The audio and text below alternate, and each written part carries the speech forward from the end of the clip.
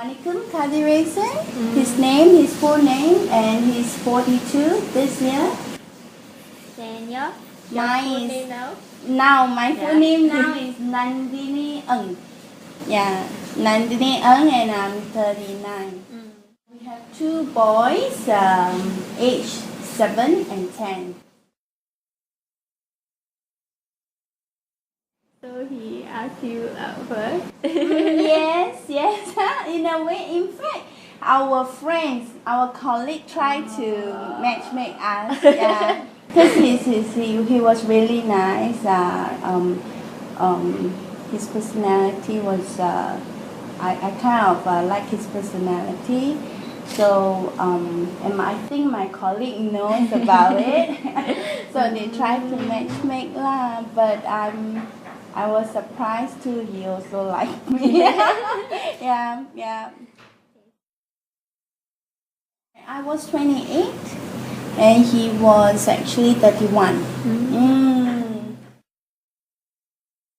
We had garden wedding for the ROM. We had the Indian customary and Chinese as well.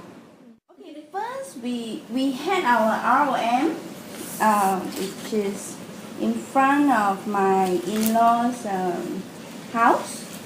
It's a garden in front, so these are the pictures that I have, so same thing, we have to wear saris and we have to go get the jewelries and try to get the Justice of Peace to help us, and we invited our close friends and relatives. 3 months later, we had our Indian customary in the morning on 7th of July, 2002. And then in the evening, we had the Chinese customary wedding, the wedding dinner. The tea ceremony. And then in the afternoon and at night is the dinner, the wedding dinner, the usual 10-course dinner. Oh, a lot. So this is this procedure or this ceremony takes about 2.5 hours. It's very long, very long, and I appreciate the guests. They are so patient. But I think this is the customary way. Yeah, so this is the usual way for Indian wedding. Oh yes, I ask questions. I ask my in-laws. I say, what should I prepare? What should I do? So I'm prepared. And the thing is, I remember very clearly. They say when you enter the temple or enter the function hall, you don't look up. You must look down and like very shy and slowly walk to the stage. Oh. Yeah, this is the way. So my mom also wear Indian Punjabi suit. The part that when they actually play the drum, the music loudly, then everybody throws I think handful of rice and flowers onto us, and that is when my husband wear the thali for me. Thali is actually a must in Indian wedding. Yeah, and that symbolizes marriage between husband and wife, and the wife will wear this until forever in a way. Yeah. That I think that is a very special part, because that is the most important part during the customary wedding. Yeah, the Indian wedding. Wow. Okay, my dad and my mom is perfectly okay with it. Although my mom's friend asked her, why do you agree to it, she actually answered them, race is not an issue. Okay, she said to her friend, as long as the person is good and she treats my daughter well, it doesn't matter what race. So she said, go ahead, and my dad also. Yeah. We were together for 4 years without my father-in-law's knowledge. But my mother-in-laws, the uncles, auntie, they know about it. The siblings, they were very encouraging.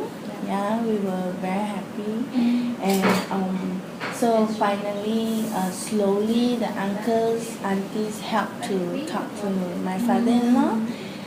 Initially it was tough, but I remember my husband said something before to him. It's okay if you don't allow us to get married, it's fine. I will stay bachelor and I will still see her and we don't get married. I mean, as we will only get married if you approve it. So I guess after this, slowly he kind of agreed to it, subtly. Well, now he's like a best friend to me in the family. Yeah, he's very nice. He's very kind man. I feel younger. I felt that the photos. I mean, I look much younger, definitely. Of course, those were the beautiful times, and once you have children, you'll be very busy, and it'll be different. It will no longer just about you, like us, both of us. So have to adjust to it. So on and off, I will take it out and have a look. So I feel great, actually. Yeah, looking at it. Happy. I have nothing against interracial marriage at all, because in my family, I already have one interracial marriage, which is my sister. She married to my brother-in-law, who's a Muslim, so she converted totally. She's a Muslim now. Yeah, she prays 5 times a day, wears turban. She's completely a Muslim now. Yeah, and she still Chinese New Year. She still celebrate. So I was young then, so I see how they behave. It's nothing different. It's just the husband is a different race. That's all. But other than that, it's fine. Yeah, the children still call Ama Akong, still call Yi. It's the same. We still speak Hokkien. My both sons study higher Chinese. Yeah, so they speak Mandarin, and but of course I have to speak more at home to encourage them to open up and speak more as well. They are doing well for both for in terms of mother tongue. Their mother tongue is Chinese. It's Chinese. But my husband trying to speak to them in Tamil. But it's a little bit difficult now because he wanted to focus in Chinese first. So to let them pick up again at this age is a little bit difficult. But we'll try. We'll still speak a bit of. I will sometimes speak a bit of Hokkien. Yeah, so my elder son started to know a little bit. Yeah. I used to have a Tamil teacher. I used to have before married. Yeah, before married. Then Tamil tuition teacher. I just thought I should know how to speak, so I put an effort in. But halfway through, my husband, boyfriend then, not necessary. I can teach you. I I learned quite a few words, but I can understand. Yeah. My both boys, I guess they were very lucky and blessed because they get to celebrate Chinese New Year, Deepavali, and Hari Raya. Oh, yeah. Yeah, these three. Since baby they have been doing this every year, visiting during Chinese New Year, Deepavali, Hari Raya, and eat three different kind of food. Their favorite is bakwa. During Chinese New Year.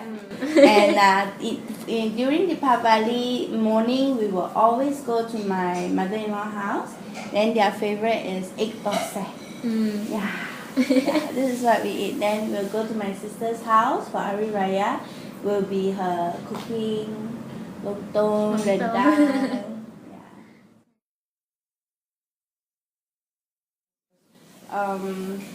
I guess the sweetest memory was during the proposal time. He actually, I've never taken train before to Malaysia, so he knew about it. Then he actually booked a train ticket to Port Dickson.